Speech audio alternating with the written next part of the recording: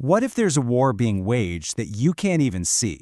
A silent battle for the biggest prize of all, your own consciousness. So there's this document making the rounds called the Scientific Indictment. And let me tell you, its core claim is absolutely explosive. And that's what we're going to dig into right now. Right from the jump, the source material does not pull any punches. It opens with this very stark warning. It's framing itself not just as a theory, but as a key. And it's warning you that once you use that key to unlock a door in your mind, there's no going back. It can never be closed again.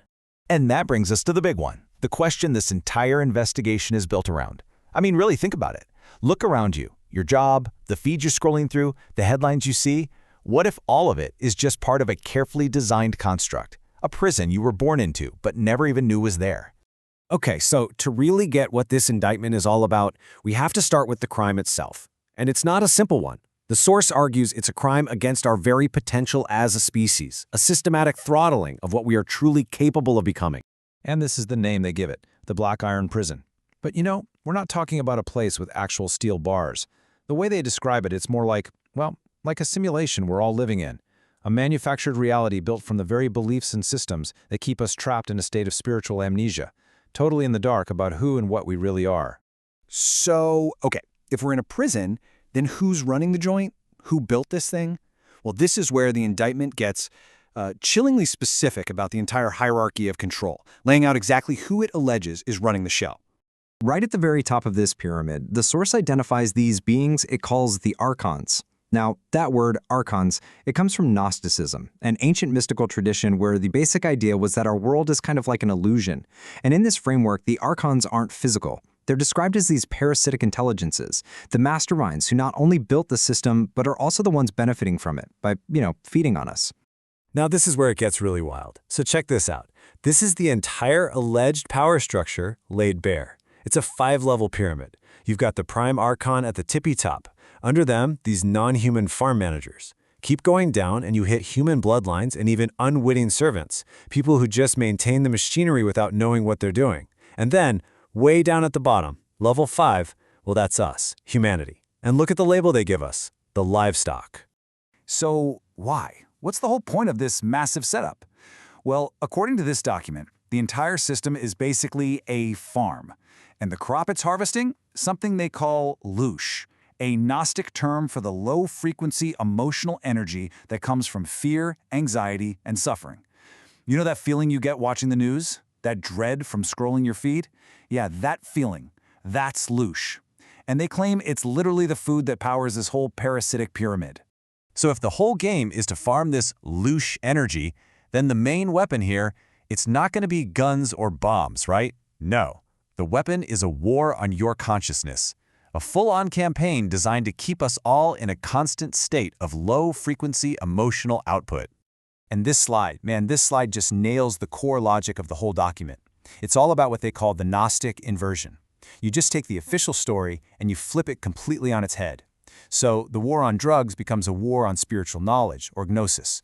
Public health measures are reframed as chemical warfare. And the pharmaceutical industry is presented as a system that profits from managing disease, not curing it. Okay, so the indictment gets even more specific. It talks about this multi-front chemical assault on what it calls our divine hardware. Yeah, our own bodies. So they claim water fluoridation is a direct hit on the pineal gland, the third eye.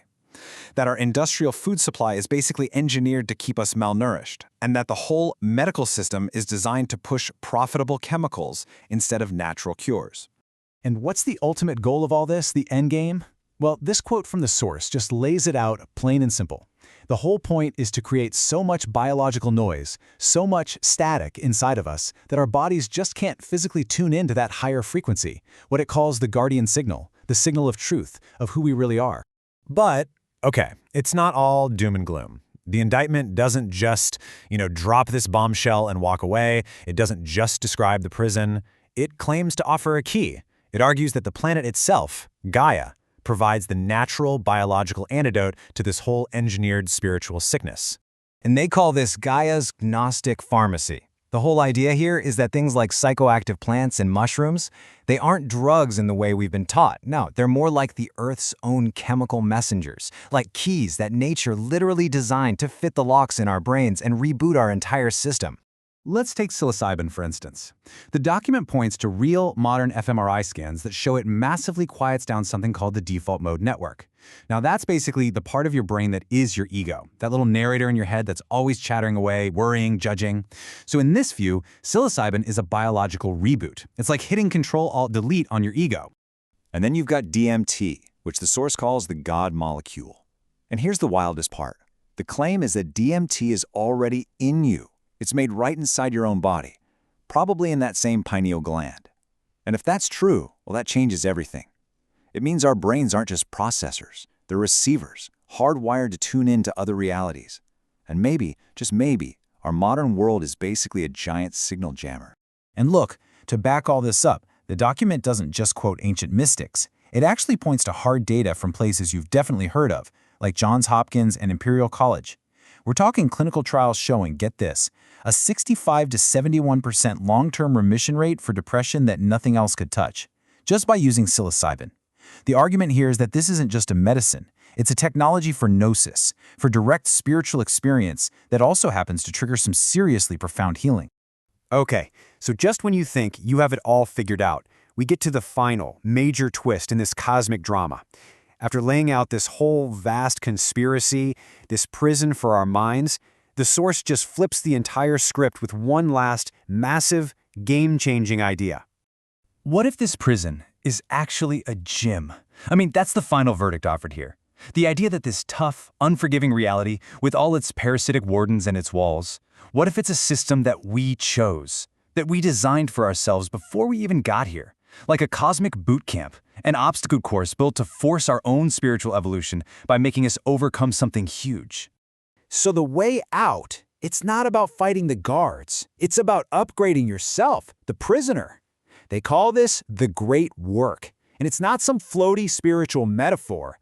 No, they present it as a biological mission. De-calcify that pineal gland to get your spiritual antenna back online. Fire up the dormant parts of your DNA to reboot your original operating system. And finally, reclaim the divine, immortal inheritance that you forgot you even had. And that brings us right back to the beginning, to that one huge question. One that, after all this, you kind of have to ask yourself. Is this reality a prison built to farm you? Or is it a training ground designed to turn you into a god? According to this text, the most profound Gnostic truth might be that it's both. The game is real. The stakes are real. The only thing left to decide is how you're going to play.